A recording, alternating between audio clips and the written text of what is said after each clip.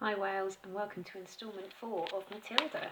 The chapter today is called The Ghost. There was comparative calm in the Wormwood household for about a week after the superglue episode. The experience had clearly chastened Mr. Wormwood, and he seemed temporarily to have lost his taste for boasting and bullying. Then suddenly he struck again. Perhaps he had had a bad day at the garage and had not sold enough crummy second-hand cars. There are many things that make a man irritable when he arrives home from work in the evening, and a sensible wife will usually notice the storm signals and leave him alone until he simmers down.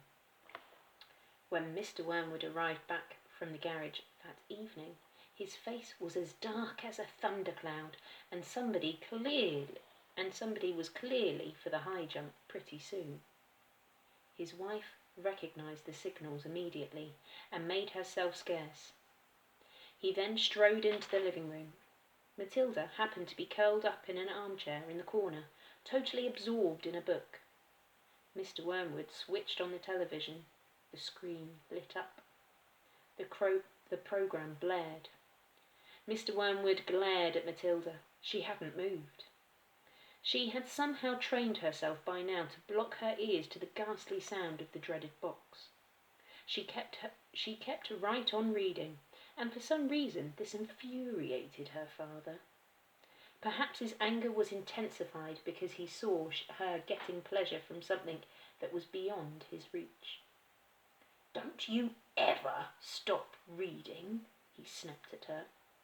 "Oh, hello, Daddy," she said pleasantly. "Did you have a good day?" "What is this trash?" he said, snatching the book from her hands. There he is.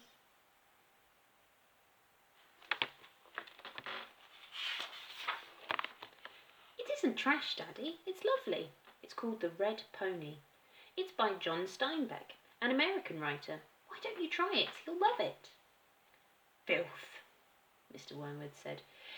"If it's by an American, it's certain to be filth. That's all they write about."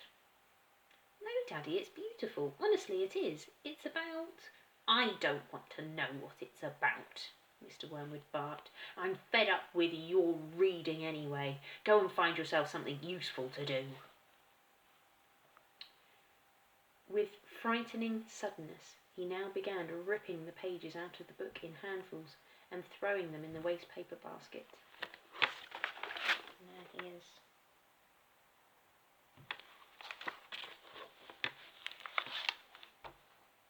Matilda froze in horror. Her father kept going. There seemed little doubt that the man felt some kind of jealousy. How dare she? He seemed to be saying with each rip of a page. How dare she enjoy reading books when he couldn't?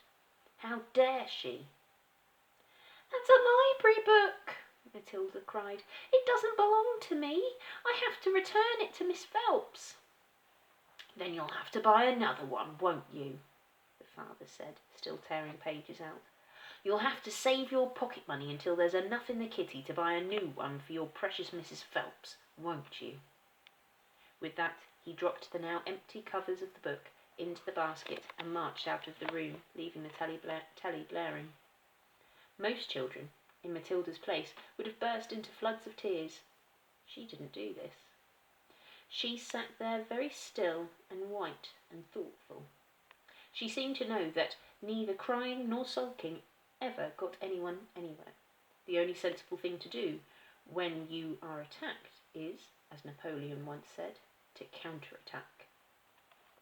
Matilda's wonderfully subtle mind was already at work devising yet another suitable punishment for the poisonous parent. The plan that was now beginning to hatch in her mind depended, however, upon whether or not Fred's parrot was really as good a talker as Fred made out. Fred was a friend of Matilda's. He was a small boy of 6 who lived just round the corner from her, and for days he'd been going on about this great talking parrot his father had given him. And there is a picture of Fred and the parrot.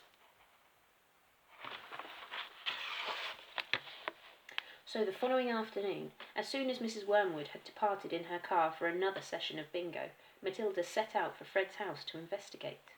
She knocked on his door and asked if he would be kind enough to show her the famous bird.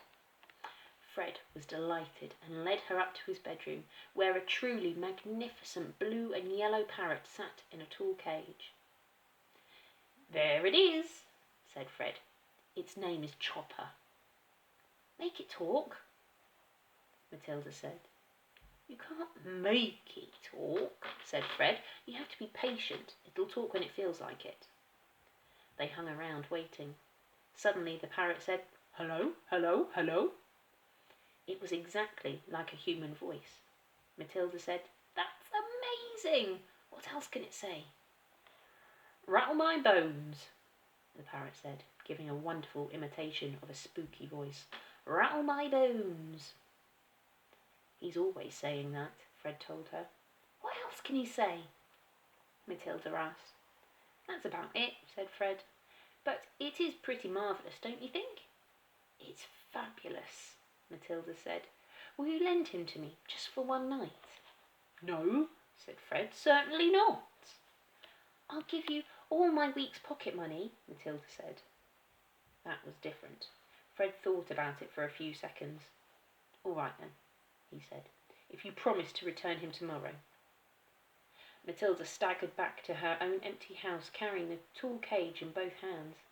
There was a large fireplace in the dining room, and she now set about wedging the cage up the chimney and out of sight.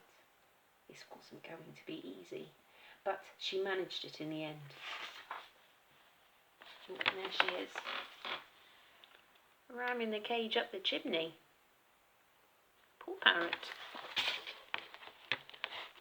"Hello, hello, hello," the bird called down to her. "Hello, hello." "Shut up, you nut," Matilda said, and she went out to wash the soot off her hands. That evening, while the mother, the father, and the brother and Matilda were having supper as usual in the living room, in front of the television, a voice came loud and clear from the dining room across the hall. "Hello, hello, hello," it said. "Harry!"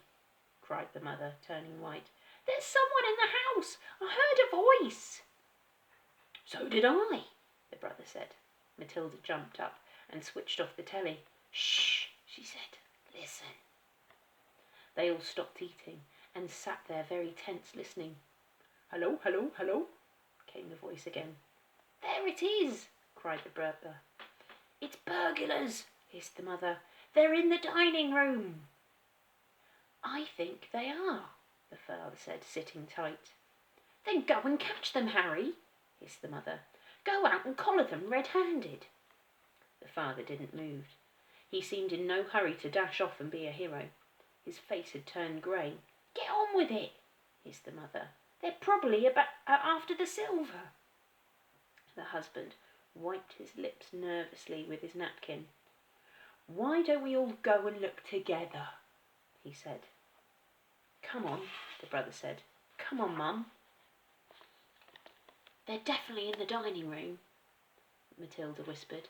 "I'm sure they are." The mother grabbed a poker from the fireplace.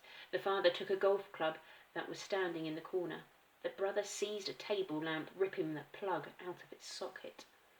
Matilda took the knife she had been eating with, and all four of them crept towards the dining room door, the father keeping well behind the others. "Hello, hello, hello," came the voice again. "Come on," Matilda cried, and she burst into the room, brandishing her knife. "Stick 'em up!" she yelled. "We've caught you!" The others followed her, waving their weapons. Then they stopped. They stared around the room. There was no one there. "There's no one there," the father said, greatly relieved.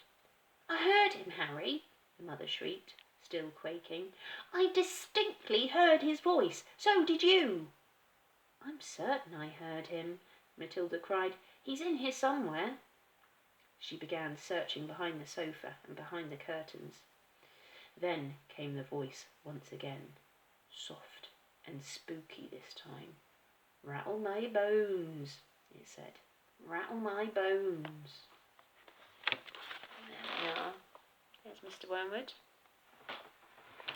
And there's the rest of the family sneaking in.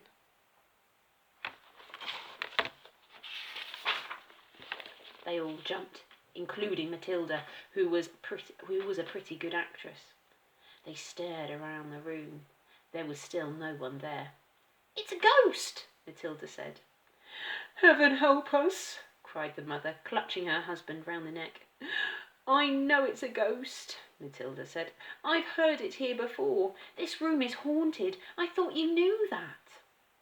"Save us!" the mother screamed, almost throttling her husband. "I'm getting out of here," the father said, greyer than ever now. They all fled, slamming the door behind them.